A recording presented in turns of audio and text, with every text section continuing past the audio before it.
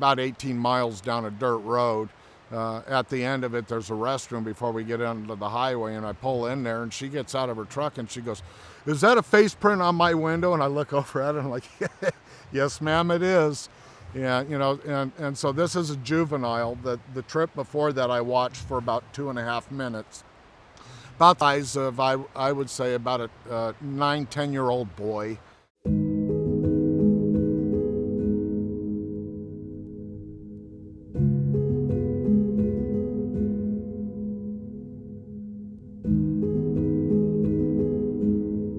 Hi everybody, my name is Kehne. I'm also known as Arizona Squatch with the Arizona 4.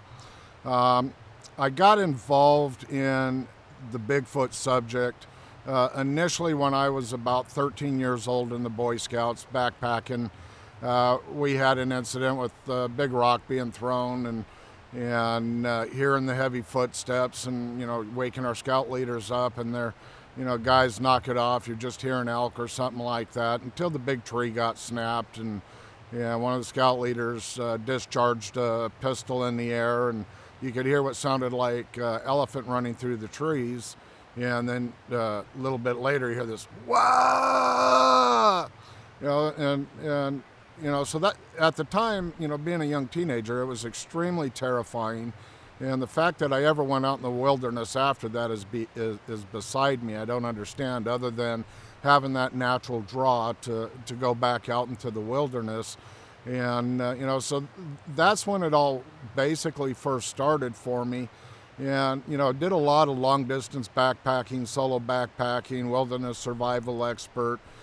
Did 5 years in the military, had my family. My family's always out in the wilderness. Big hunter, big fishing, and little while later, started looking for footprints and stuff like that because of stuff we'd seen on TV shows and that, and it really got started for me back in 2017 on a family outing when we had some activity, found footprints and wood knocks and whistles and little stuff like that, and so I got real curious about what's going on, and being retired, I was like, I've got to spend more time into this, and so that's what I've done. And, since July of 2017, I'm over 14,000 hours out in the field, boots on the ground, doing what I do. By the time I really got into this, my dad had already passed. And, we used to go camping every year. And I can remember when I was real little, I'd always want to sit on a log and look for bears. And, and so my question was, to myself was, did I see something when I was really little, and was telling my dad what I saw, and he's like, "Oh, it's a bear." So I don't know. That's just high speculation on my point. Back in 2017 when this all started, and some of the things that happened to really solidify, that this phenomenon was real and not just, what the typical person out there would say is, it's not real, and it absolutely is. And so one of the first things, most powerful thing at the very beginning that happened to me was I went down into this little valley that I call Squatch Valley. Now I was, brand new. I don't know what I'm doing. Going by what I've seen people doing on the internet and on TV shows, and just kind of oblivious to really what's going on out there. And, so I go down into this valley, and I'm looking for structures, and I really don't know what I'm looking for. And I see something that kind of looks like it might be a structure. And then I find this really big pile of human poop next to a tree. It wasn't a bear. It wasn't elk. It wasn't, a hippopotamus. It was the largest pile of human poop I ever saw. And so I figured, well, if I find this, there's got to be footprints around here. So I'm spiraling around the area looking for spoor. And I come across a 16-inch track. And it's going that way, so I go that way.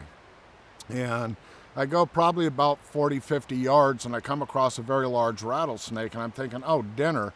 And so then I start having this weird conversation with myself, and I don't know why I'm having it, of, why do you want to kill him? Well, because I like the way rattlesnake taste. And, so this kind of a weird off-the-wall conversation's going on in my head, and I just have no idea why I'm doing this, because I love eating rattlesnake. And The snake crawls away and goes underneath this deadfall. So I get out my cell phone and I want to shoot a video of him, because it's a black mountain rattlesnake, and his rattles are about as long as my index finger down to this joint.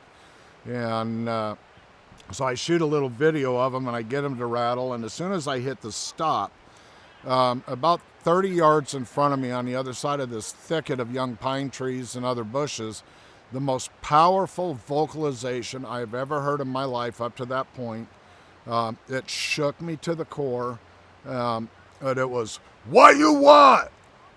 And I just kind of, I said, "Well, hello, my friend." And I, "Hua!" "All right, well, if I'm not supposed to be down here, I apologize. I'm leaving. I'm going back to camp."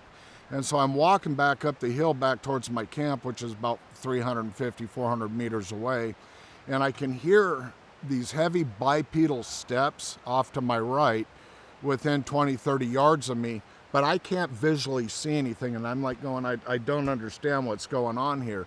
I hear this massive, heavy footfall, but I can't see anything. And being a very analytical kind of guy, and with the experience I have in the outdoors, I just can't wrap my head around what's happening.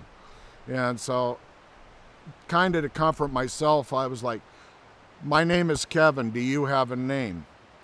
"I have a mate. Do you have a mate?" "I have offspring. Do you have offspring?" And it was more kind of to calm myself down, because I really, I have no idea what I'm dealing with. I have no idea what I'm doing, but it feels like it's the right thing to do.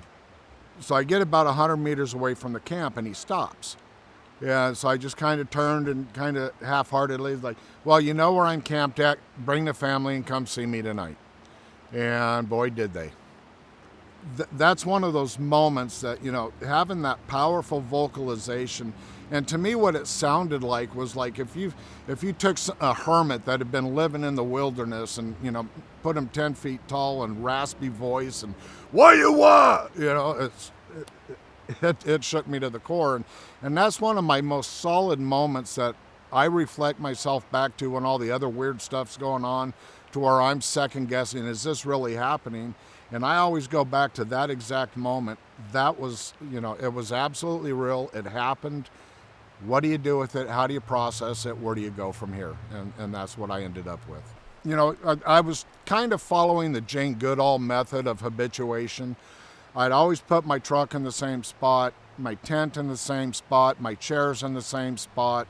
I always wore a red shirt because Mitch Wade always wore a red shirt. And at this point, I'm still mimicking a lot of, what I've seen on the internet and TV shows, because I really have no idea. But I want to develop a level of trust with them. And I figured if I could be as predictable as possible, it would make them feel a little more comfortable. So that's what I did. And, so over time, it became this mutual, I trust you, you trust me, we leave gifts back and forth, communications, through the telepathy. They call it the mind speak, which is an absolute real thing. And that goes back to that rattlesnake, that I had no idea why I'm having this weird conversation in my head.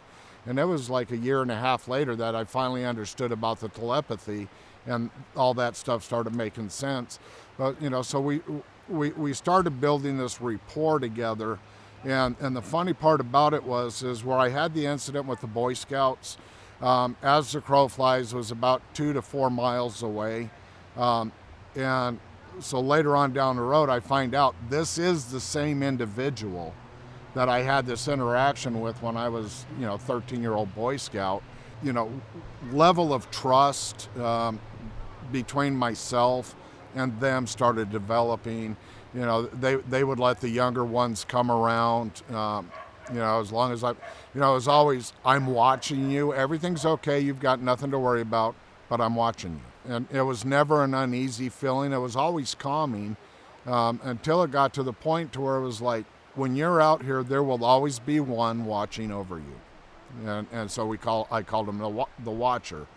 Whenever I'm out, there's always at least one, and they will always let me know one way or another that, they're keeping an eye on me.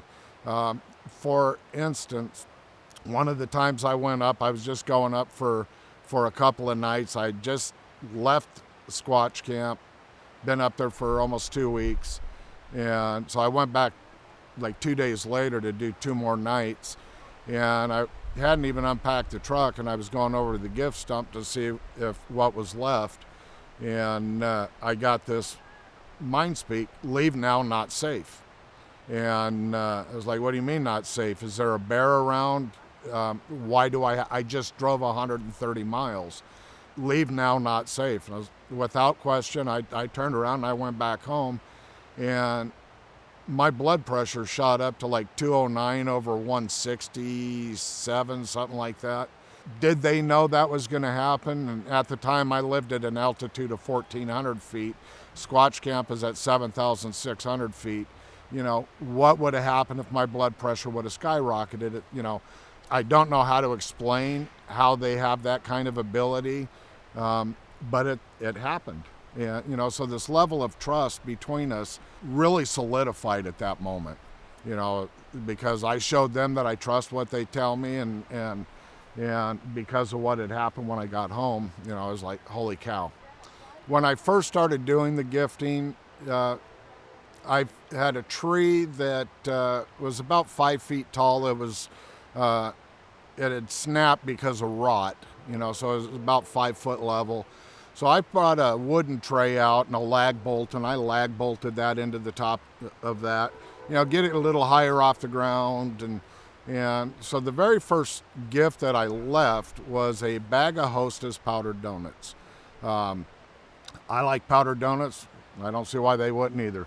So I left this bag of powdered donuts on the top right as the sun had set. You know, so I know the ravens aren't getting into it, you know, so getting some process of elimination for wildlife.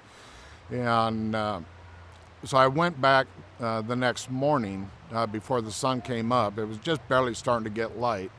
And as I approach, I notice the bag is missing.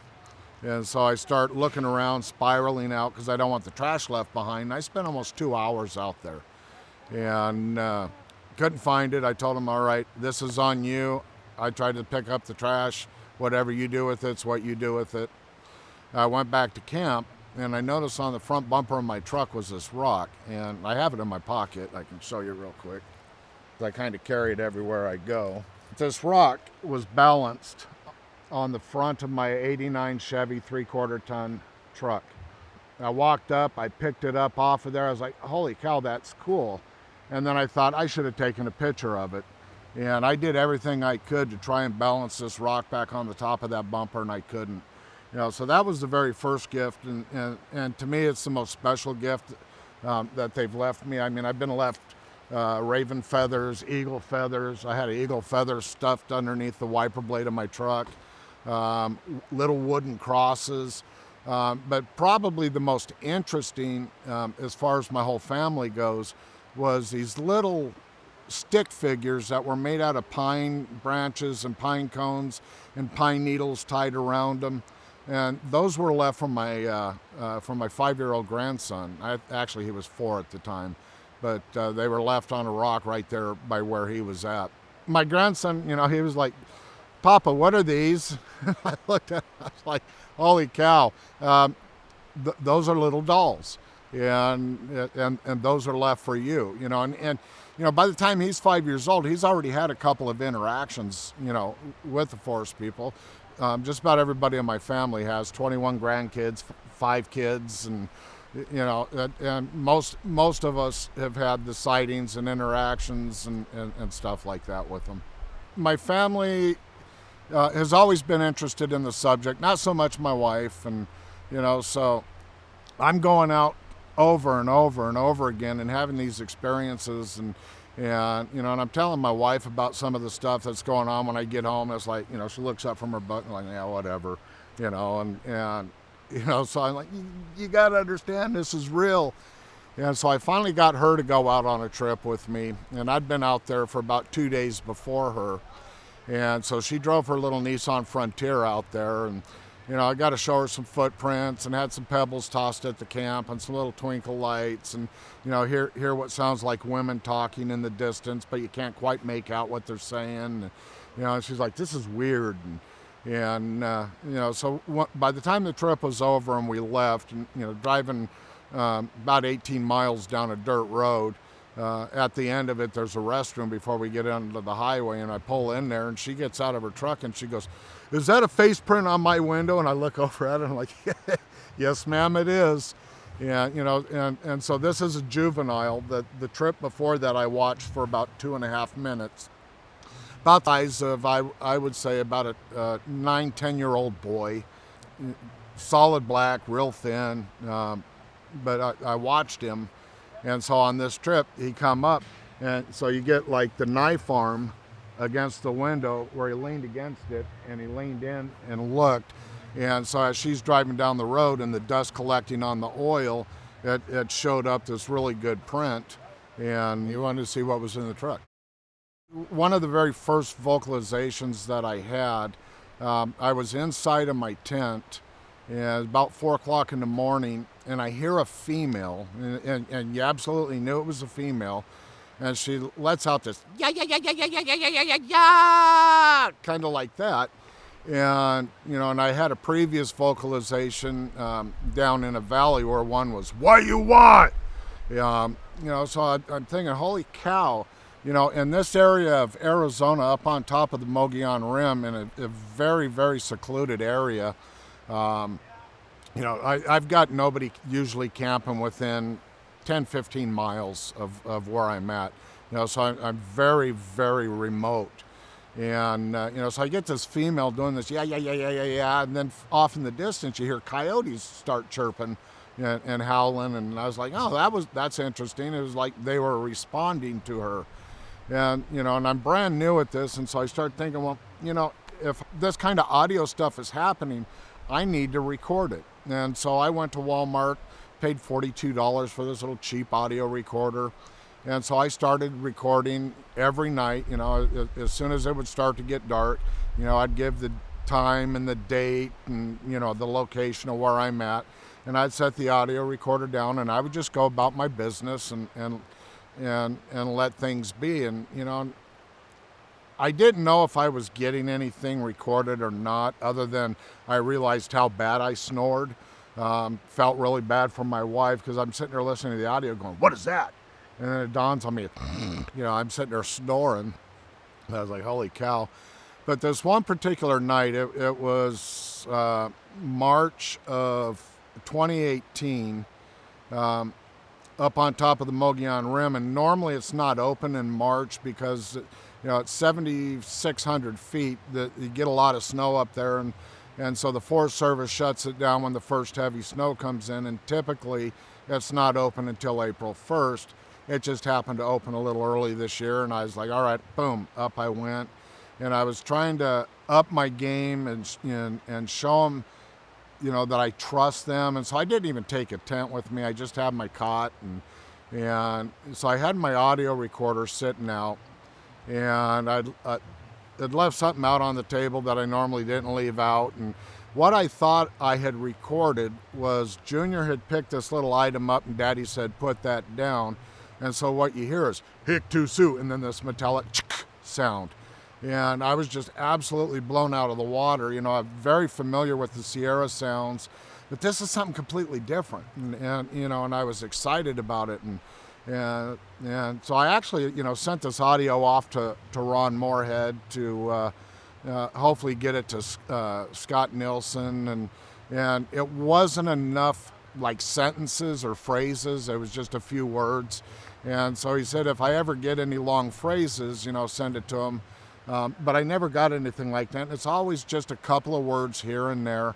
But the interesting part about it is, if you understand how some of the tribes in Africa will speak, and they have the clicks and pops when they're talking, this language that these forest people are speaking in this area, they have that tied into their language. And, so you'll hear a word and it's got the clicks and pops mixed into it. And it took a couple of years for me, going through this audio to even understand that that's what was going on. You hear about, they're clacking rocks together, and it's just my opinion that that's not what they're doing, because what I'm getting on the audio recorder is you hear a click, and then a little farther away you hear another click, and you can tell it's two that are communicating back and forth.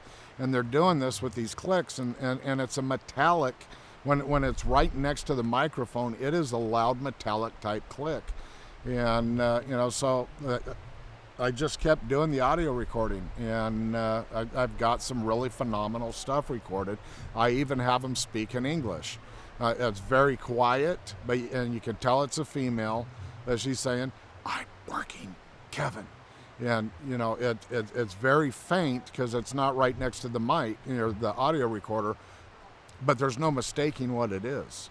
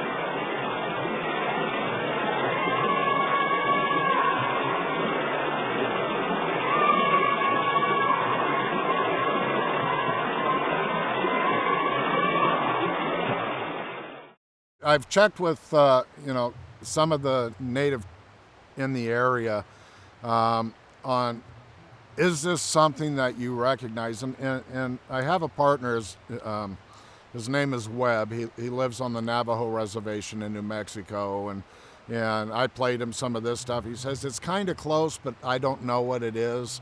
I've got another Apache friend. He wasn't quite sure, he said, but it does kind of sound native. First Nations dialect kind of. But what's interesting is, as time progressed and things went on, and this is where you're going to get one of these really weird, strange connections happening. At one point I'd ask him, I have a name for you that I call you Indy, even though that's not your name. Do you have a name that you call me? And what I got was, it was something like Hayata. And I'm saying it like a white man with a white tongue. And so I get a hold, I asked him, I said, what does that mean? You have to find out. And so I get on the internet at home, and I'm typing in every possible spelling of that I could come up with, and just nothing close. So I give Webb a call, and I say, hey, Webb, this is what happened. We're out on a location. I get told this is what they call me. And so I said, please forgive me because I don't speak Dene, which is Navajo. But I really think this is where you're who I need to go to with this. And so I tell him, he says, well, let me say it 4 or 5 times. And about the 4th time he said it, and I go, that's it. That's what they said. He goes, okay, if they are talking about you or referring about you, it's like you are one who is looking. But if it's a name they gave you, it would be like searcher or scout. And I was like, oh, okay, cool. And so I'm talking with my buddy about it, and he says, scout, like your very first interaction when you were with the Boy Scouts? And I went, oh, you can't make this up. I'm a smart guy, but come on, It was just absolutely incredible, So with these communications, this is the kind of stuff that I'm not going to say continuously happens, but it happens more frequently than you could imagine. This is where things get, into the woo. I'll tell you about, hands down, the strangest night that I've experienced in this, and I was at Squatch Camp.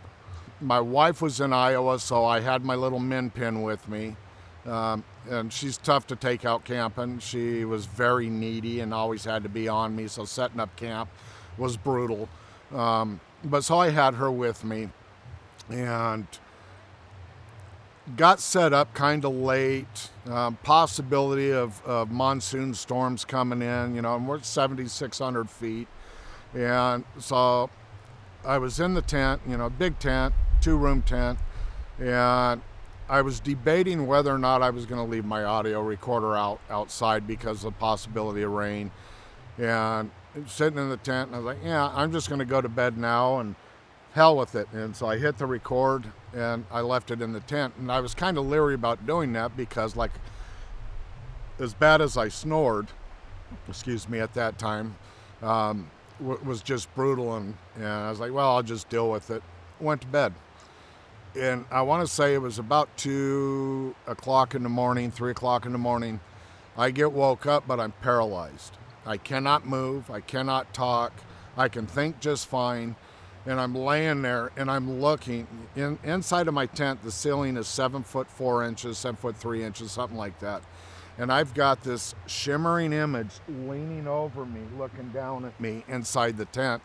And I'm sitting there looking at this, and I'm thinking to myself, who is this? But I can't talk, I can't do anything. And I'm like, you need to let go so I can talk. Is what I'm thinking. But I'm trying to get words to come out. And what I have captured on the audio is you can hear me going, because I'm trying to force words out, but I'm incapable. And so finally, whatever it was, they let go. And I was able to talk, and I was like, who is that over me? And I didn't hear anything. And then I was like, is that you, Indy? Outside of the tent, you hear the click. I was like, well, do you want me to leave? Dead silent. So you're happy that I'm here? Get that click. And so you want me to stay? Click, and so this kind of conversation went on for about 2-3 minutes. And it seems like if it's a negative or a no, they don't respond. If it's a yes, they'll respond with a click. And it kind of dissipated. I could hear them all outside of the tent walking away, and there's probably about 9 of them out there. And I could hear them out there mumbling and, and stuff like that. It all went quiet. They had left, and I sat there for a minute going, what in the hell just happened? Yeah, I'm going back to sleep. So I laid back down, went to bed, and got up in the morning, and it dawned on me that my little min pin, who anybody who knows how little dogs are, they bark at everything. She was out cold. Somehow they had her knocked out. She didn't budge at all. Next morning she was fine herself. And so I know about what time it was that I woke up. So I upload the audio file into my laptop, and I'm going through it. Well, all of a sudden way before, where I knew that this started, I'm starting to get hits on the chart or whatever it is. I mean, I'm about as computer illiterate as you can get. I'm looking at this going, wow, there's something else going on here. So I'm listening to it with the headphones on, and I hear, this is one of the spoken language things that, is you hear, ho yo vey. And that's the best I can make out of what was said. And then a little bit later, you hear a female, and it's, I'm working Kevin, but it's kind of in a whisper, and it's hard to hear, but it's, I'm working Kevin. Yeah, so I'm like, oh, what in the hell is this? There's zero possibility of anybody, out where I'm at, because I'm so secluded, and especially at the time of the year, there's nobody on top of the Mogollon Rim. I've got this place to myself. And, so I'm getting this kind of interactions and language, and I just, to this day, I sit there go, what in the world was going on, and what was she doing working on me? Was it a healing? I've got a lot of PTSD issues from being in combat in Operation Desert Storm. I've noticed that I don't have as much aggravation after a lot of these interactions. Am I going to say I've been healed to PTSD? Absolutely not. But have I been helped with it? Absolutely. The amount of love that they show, and that they treat not just myself, but the rest of the Arizona 4 with, it's like there's this this mutual trust association going on between us. And when we're all sitting there and we're the four of us and we get a communication, I'll say, did any of you hear that? Just for an instance, Chris would be like, yeah, I got something. On three, say what you heard. 1, 2, and we'll say the same exact thing, and so that automatically right there says, this is a real thing. We both can't imagine the same thing at the same time. If it's just myself and I get this little thought in my head, I have to, second guess, is this actually what I'm hearing or is it just me? And, when it's the audible voice, of, like like an incident where leave now, not safe, that's, it's them. Especially if, you got 6 or 7 of them standing around you and interacting with you and you're getting these thoughts, then it's them. If I'm driving down a highway and I get this weird thought in my head, it's like I can't associate that to anything other than a thought in my head. And I know there's some people out there that say, oh, it was them talking to me. I'm not going to say it's not, but I'm not going to say it is either. If you don't have the individual standing right in front of you, how do you know that's who you're communicating with? And that's, that's my stance on that. So going into some of the communications, like when I got the leave now, not safe, because I turned around and left, I heeded their advice, went home, and, my blood pressure shot dangerously high that night. I didn't notice any atmospheric change or anything at that moment, other than, I had the communication, I went home, my blood pressure skyrocketed. How they knew that was going to happen is beyond me. So I'll step into a couple of other incidences that I've had similar to that. It's April of 2020. It's the very 1st of April.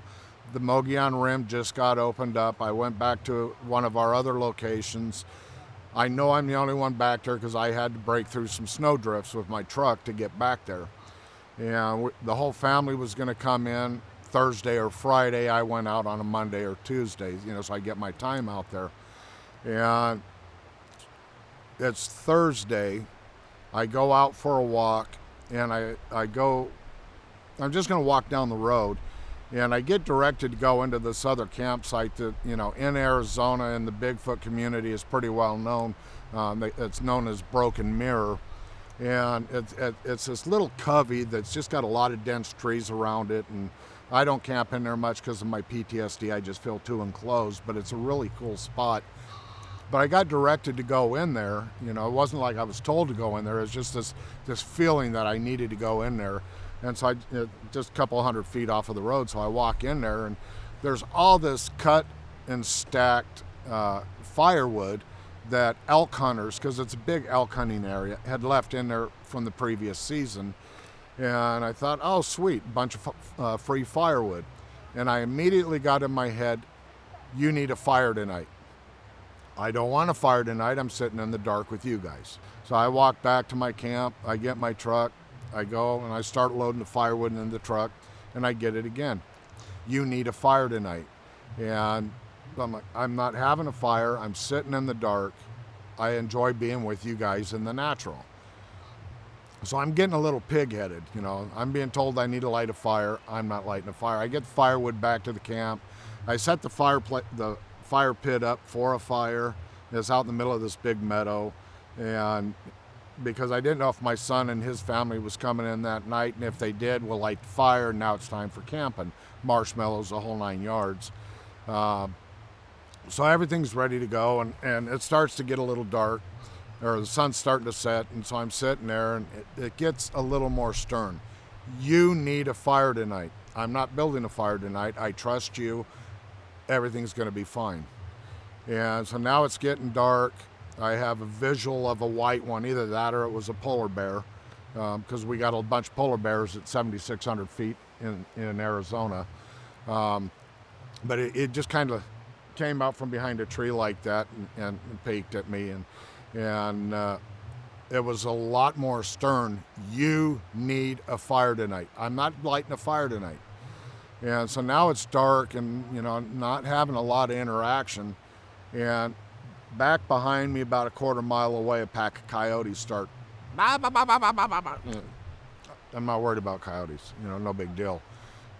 Well, now off over here, about a quarter mile away, another pack of coyotes going into a frenzy. And now I got another pack of coyotes over here going in a frenzy. And you really need a fire tonight. I don't want a fire tonight. I trust you guys. Long story short, I end up having to light the fire because the coyotes are coming in. And I put about a quarter gallon of gas on there, lit a stick on fire, threw it in. Big ball of fire goes up. I saw no less than 40 dogs. My entire life out in the wild, I have never experienced anything like that. I've had coyotes come up sniffing me while I'm sleeping on the. I just don't worry about them. This was disturbing, So here's another incident where they're warning me over and over and over again, and I'm being pig-headed. So stepping into the very last time I had any type of a warning, family camp out, my grandson, my older grandson, who was 14, 15 at the time, we were going to stay a couple more nights. Everybody left. And first night was really cool. Had some interactions.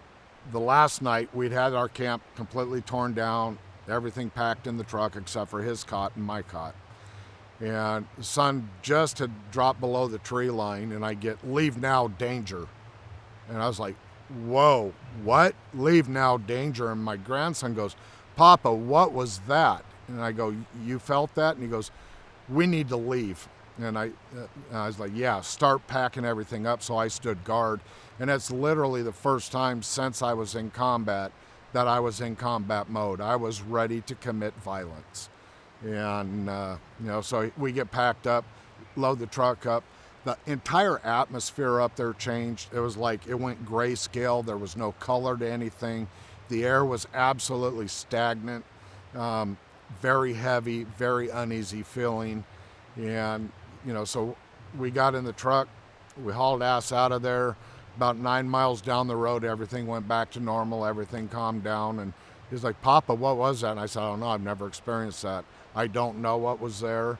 I can speculate. Everybody else is going to speculate what was there. The bottom line is, I don't know what was there, but they warned me in time to leave." I kind of half think, had my grandson not been there, I might have stayed. But I'm not going to put my grandson at risk. Myself, no big deal. But my grandson, I'm not going to put anybody else at risk. So, bottom line is, I got warned. Something was there that wasn't good.